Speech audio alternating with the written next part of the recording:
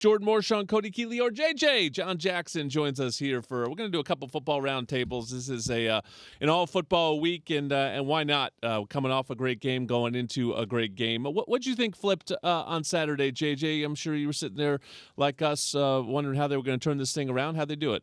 The halftime speech. The halftime speech. Must have been a good one. I don't know who let it off or who finished it, but the halftime speech, I think it was definitely amongst players. I think that the players, united even more than they had already been. It's not like they haven't been united, but they united more than they have been. And when a couple plays were made at the beginning of the second half, they saw the light at the end of the tunnel. And I mean, this is the best this team has played as a whole, since Lincoln's been here.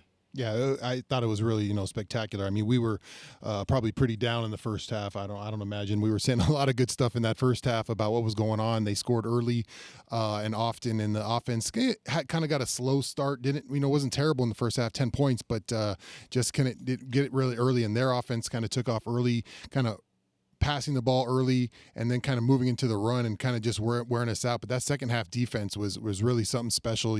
I talked about the defensive line a little bit. I thought they really came out and set the tone in the second half, and especially number 6. I thought Anthony Lucas really had a fantastic second half, and even didn't have that sack, caused fumble. Yeah, almost had the sack fumble, which was taken away. But the hero of the even game. without that play, I thought he played fantastic. Jordan, I also think that when the second half, when they came out for the second half, it was obviously a different team. I don't know what was said at halftime in the locker room, but just the fact that they were able to bond together. Lincoln Riley's been telling us that this team is united and close.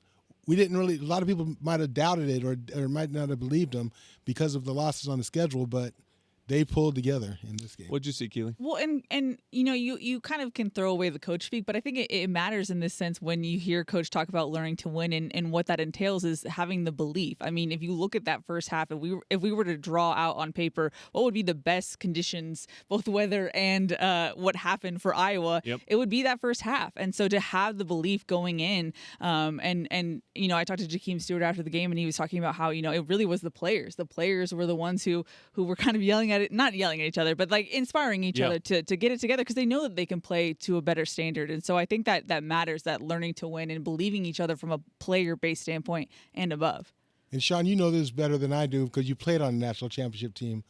But when you have a talented team, and you know that you have the ability to bring back. One thing about Iowa, and I'm sorry to cut me off. One thing about Iowa is when they seldomly, if they have a 21-point lead, will give it up. Their style of play is methodical, running the They don't clock. beat themselves. Exactly. Turnovers, too. That's what makes it the win even more impressive. Yeah, and I think, number 6 was a big part of that, too.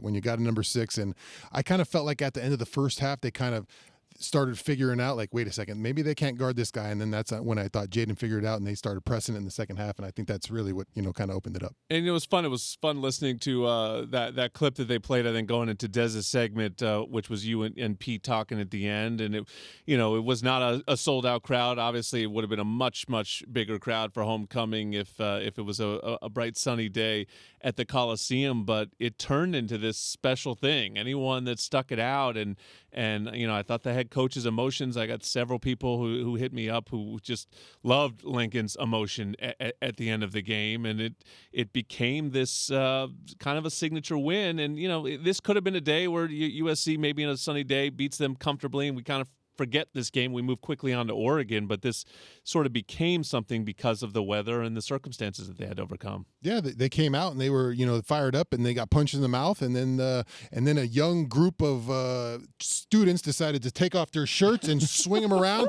and it turned to half the stadium doing it. JJ, I thought I was going to catch you over there swinging the T-shirt. I thought they were crazy, and then that's why I thought it was crazy to think that USC was able to come back. But after I saw the shirts off and swinging around, that was it. That was the moment. That was the moment. That was the spark. Hey, you say that, but Coach Riley gave a shout out to the student section after the game. He said he's felt their presence all season long, so they've been a real force for the Trojans. All right, well, here we go, guys. Boy, Oregon, I just look at them. It does not look like a team with a lot of weaknesses, so I'm trying to figure out, how you beat them. Number 11 offense in the country, number 3 defense in the country. not the old Oregon of past where I don't see a lot of soft there. It seems like a team that's better at running than they are at passing. I guess Chip Kelly's teams were probably better running it than they were at passing too, but this is a pretty all-around talented team. Yeah, physical bunch. I think if you want to look at something, you check out that Indiana film and you look at how they got the ball to Surratt, their wide receiver, a really talented player. I liken him to number 6 in Mekhi Lemon. So they did a good job of that. And then defensively, they got after the quarterback up front. So looking for that D-line to turn it up to another notch, because when this defense is playing well, our defensive line is really humming. Well, I love the way Lincoln Riley is getting Mayava confidence up, especially early in the game, short passing game, so he doesn't have to hold the ball and make a lot of decisions, get the ball out of his hands quickly, get his confidence up. That's been the formula for success, in my opinion, with Lincoln, the play calling. We had 2 segments with Lincoln Riley, and I know Cody Kessler isn't here, and this part of the reason why we didn't even ask about the quarterback. Talk about people that are sort of being taken for granted. I think you talked about him a little bit. I did. In the run game maybe, but not like a how did Jaden play kind of question. Sure. I think we're taking, we're assuming game in, game out for the most part, he's putting the ball in the money, and we credit the receivers, but Jaden's been fantastic too. Took care of the ball too. That was to give Cody Kessler credit. He was the one who said that was the key to the game. I had to take care of the ball. Yep, and he's going to need to do so on Saturday. USC offense is definitely going to have to go blow for blow with this Oregon team, because they're a big time offense as well, and I think turnovers will play a big role on Saturday. Sean's brought him up a bunch. We talked about Mekhi Lemon, but I wanted to get JJ's perspective when he's here. We'll talk about that next on Trojans Live. Trojans Live, sponsored by Pechanga Resort Casino, a proud partner of USC football. Jordan Moore, Sean Cody Keeley, your John Jackson here for another roundtable segment, and I just wanted to talk a little bit more Mekhi Lemon, maybe some bigger picture stuff around him. We had JJ here, who was never shy about talking about receivers, so this is your favorite topic. But, it's funny, JJ, the stereotypical receiver isn't necessarily the leader on the team. They seem to struggle to lead. Oftentimes, they can be maybe the most individualistic players on the team. Mekhi seems a little bit cut from a different cloth, not necessarily in terms of vocal leadership, as Coach said. That's something he's growing into a little bit, but very quiet for a receiver. How hard is it to lead from that position when you're really dependent on other people performing for you to be able to get the ball and perform? Well, it's hard because you don't know who to blame. If something's not working, you don't know who to blame. Is it the offensive line that the quarterback's getting sacked? Well, you just know it's not you. It's not me. That's why I used to say, ask Rodney Peete. It's not me. But I was watching it yesterday. I was watching the Vikings Bears game, and Justin Jefferson, who I think is seems like a high character guy, and obviously is an elite player, but was like clearly frustrated in cutting this look that we've seen from receivers so many times. And you've been on teams. I can't imagine many of them you were like, oh, that's our leader, the receiver. But it does seem on this team that at least from Coach used the word fearlessness. Yeah. That I think that you just saw Mekhi Lemon. There was a play where he went deep over the middle and basically came down like head first and just popped up, first down. He does kind of lead that way and inspires his teammates. Yeah, there's really, John, you know this. I mean, probably 2 kinds of wide receivers. You think about some of the guys I play with. I play with a Roy Williams. The loud, boisterous. I mean, I'm sure Keyshawn was boisterous guys. Those guys, and they're they can be voices for the team. But leader guys, I don't know about that so much. But then you think about guys. I played with a guy like Andre Johnson, quiet, humble, went to work. You saw how he practiced. You saw what he did every day, and you're like, this guy goes to work. This is a guy I can follow. Didn't have to say a bunch of stuff. Didn't have to talk. Just went to work. And those are the guys I would say, like in the Mekhi vein, that are the guys you will follow, even though they don't have a big voice in the locker room. You're exactly right. It starts on the field in practice. You got to be the guy that constantly, going full speed all the time. Encouraging the players. They used to huddle back in the day. Yeah. Encouraging players when they get in the huddle or even on the sideline when the defense is on the field. But you have to be a vocal leader in that way. It's not necessarily yelling and screaming. Yeah. We had Leroy Holt was a fullback. He was great at that. He was the yeller and the screamer, and I was a leader, but it was more by example than it was by yelling. It's not always the guy asking for the camera shot. And to that point, one of my favorite stories that Coach Riley has ever told in a media scrum is about Mekhi Lemon. He talked about how Mekhi always does the boring routine. He was like, he always takes everything so seriously. There's never a play where I catch him like slacking off. He said, even in the beginning of like pre-practice when you're doing routes on air and things that you don't necessarily take seriously, he said that other wide receivers kind of, jog a little bit, a little loose with the ball, security, stuff like that. He was like, Mekhi catches every ball like it is a game rep. He was like, it is always a game time like mentality for him on the practice field, on the field itself. So you can tell that's why he's able to have that leadership quality and that mindset on game day when he's just making catches where you're like, how is that even possible? Jacoby gave a very spirited campaign speech for Mekhi's Biletnikoff, which I thought was great. Mekhi's not going to give it for himself, and I don't think the team right now is super focused on awards because there's so much there for the team to play for. But I've been looking at it. Jeremiah Smith is the most famous receiver in the country, and sometimes they end up in these award situations, and it's just like, well, that's the guy who's like projected the highest in the draft, and he kind of gets it kind of thing. And I'm not saying he doesn't deserve it, and he'll probably go to the NFL and you'll go, of course, he deserves to win a Biletnikoff. He's incredible. But you look at it, I don't think anyone's better than Mekhi. Jeremiah's stats are not better than Mekhi's. I don't think anyone's are. I mean, he is right there. Well, if you wanted a stage to do it, it's College Game Day on Saturday. Right, kind of this will be the solidifying Ohio State's game. playing Rutgers. They'll be up 35-0 at halftime. Yeah, he'll be out at halftime. Jeremiah Smith will be pulled. Yeah, so it's if the stage is set for a big one, and it'll be a tough challenge because Oregon will definitely have their antennas up for number 6. But like I said, JJ, he'll have the stage on Saturday.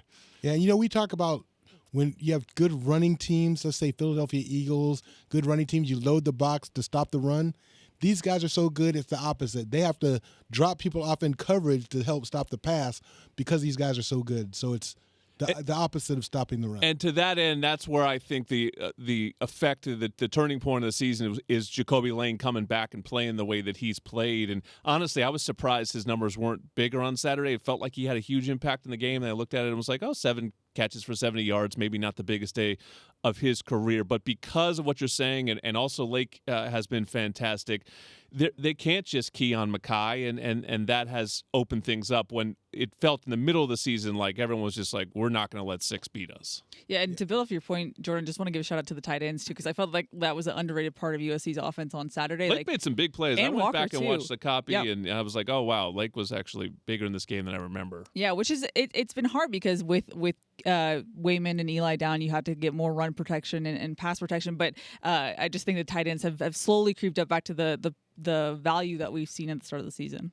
And it's opened up the run because the linebackers can't get up close to the line of scrimmage to stop the run because the tight ends are so effective right behind them. So the linebacker comes up, they'll throw the ball right over his head, and like you said, McCree and them, the tight end position has been really – and credit Lincoln Riley. He's called the plays that have kept defenses honest and opened up the run game. So he knows the run game is working, but it's the plays he calls to open up the short passing game that gets the ball out of his hands. Yeah. And gets the run game going, because what we're talking about is they can't drop back in coverage or double team people. And I thought Mayava in this game was under as much pressure maybe as we had seen him, but we didn't see the sacks. I thought his footwork was fantastic, and that's something that was maybe questioned coming into the season. Just climbing the pocket, moving around. Again, when I was watching the replay of the game, there were a lot of times he stays alive in the pocket. He does not bail out of there, which is part of the reason that the receivers can take over these games, because it's not just Jaden running around, but his footwork within the pocket to buy himself just a little bit of time and deliver the ball was excellent. Yeah, credit the offensive line too for helping him out in that aspect. They bought him some time in there, but he's done a great job in the pocket, keeping his eyes down the field. And I think the 2 layered throws he had to start the second half, both to Mekhi, whereas one was, that perfect kind of over the shot top, and then the second one being a laser beam. You just saw both aspects, and you're like, he knows what he's doing at the right time and pulling that right trigger. And talk about things we take for granted. We're not even talking about the fact that Killian O'Connor had his first start since going down to Illinois. Kaylon Miller came in when Elijah Page went down. And Tobias Raymond moving positions again. And that goes to my point about being battle-tested. It didn't even occur to me that they would struggle because they'd done it all season. Yeah. So the moment, I said it on the broadcast, the moment Elijah Page goes down, I just saw Tobias Raymond just do this to the bench. Like, okay, I got left tackle, right? Cool. Next man Miller up. came in, done. I had done that at Nebraska, all good. Keep it rolling. You really don't notice. As long as they've got 5 of those 8, they seem like they're in a great spot. So everyone's going to be tested. I mean, Saturday is the pressure test of everything, the sort of the final exam a little bit. If they win it, there's even bigger final exams to come. But Saturday, if they could win it, boy, that would be a special one. We have one more segment to come here on Trojans Live. One final segment of Trojans Live. It's USC Oregon week, coming off a big win over Iowa. This is sort of what the season has built up to here. Trojans headed up to Eugene as underdogs. Jordan Morshaw, Cody Keeley, WR John Jackson bringing it home here. Our over-under is presented by Pechanga Resort Casino, proud partner of USC Athletics. We had a conversation off air. Thought I'd bring it on air. Our engineer today, Ben Conroy, a lot of opinions on this, so we'll just have his weight in after the fact. He can judge who won. Your over-under is 19.5, assuming he declares, and it's up to him. But Makai Lemon, over-under Makai Lemon, 19.5 is as his draft slot. Is he a top 20 draft pick? And the context with this, as we talked about a little bit, is his comp is Amon-Ra St. Brown, who slid all the way down to the 4th round in the draft. Makai is not the biggest guy. I saw some things like, is he a slot receiver? And then I thought, slot receiver, that doesn't sound like a top 20 pick. But I saw a lot of projections that had him up there. So what's his NFL future? I think because of Amon-Ra St. Brown, what he's been able to do, I think that helps him a bunch. He kind of don't make that same mistake twice. Yeah, carve the path for another wide receiver, tough guy. Who will battle you. I think you go under on that one. Under meaning. Under would mean he's a top 20 pick. Okay. Okay. Yeah. Under. I'm basing off of what Sean said as well. I hope the NFL learns from its mistakes with Amon-Ra St. Brown. You got to trust a winner like Makai Lemon. It's under, no question. He's under. He has the workflow, the work ethic. It's under 19 easy. But you probably went through this too. You were not the biggest receiver. There is kind of that. I was stigma. not under 19 either. Well, that's true. That's true. But there is always that stigma, right? I mean, if he was 6'4", we wouldn't even be having the conversation, Correct. right? I mean, Drake London goes top 10, but that he's going to have to run well, I guess is ultimately what it comes down to. And is that what hurt Amon-Ra? I feel like in the end, I don't know. It was the COVID year. I feel like they couldn't test guys as well. But you have to run really well if you're going to be I think smaller. with a receiver like Makai, it's going to be all here because that's what I think the mental toughness of receivers that size. We talked about Steve Smith, mentally tough wide receivers that doesn't matter what their size is. They're like bulldogs out there, man. That's the kind of receiver Makai is. It's kind of receiver kind of team we need on Saturday. Here we go, guys. 12:30 kick. It's all led up to this. 10:30 is the Trojan Tailgate Show. We'll be ready to go from Eugene. Maybe no rain, a little cold. We'll see. It's going to be warm and intense, though, inside Autzen Stadium. Can't wait. Until then, thanks to everyone. Bye, Don.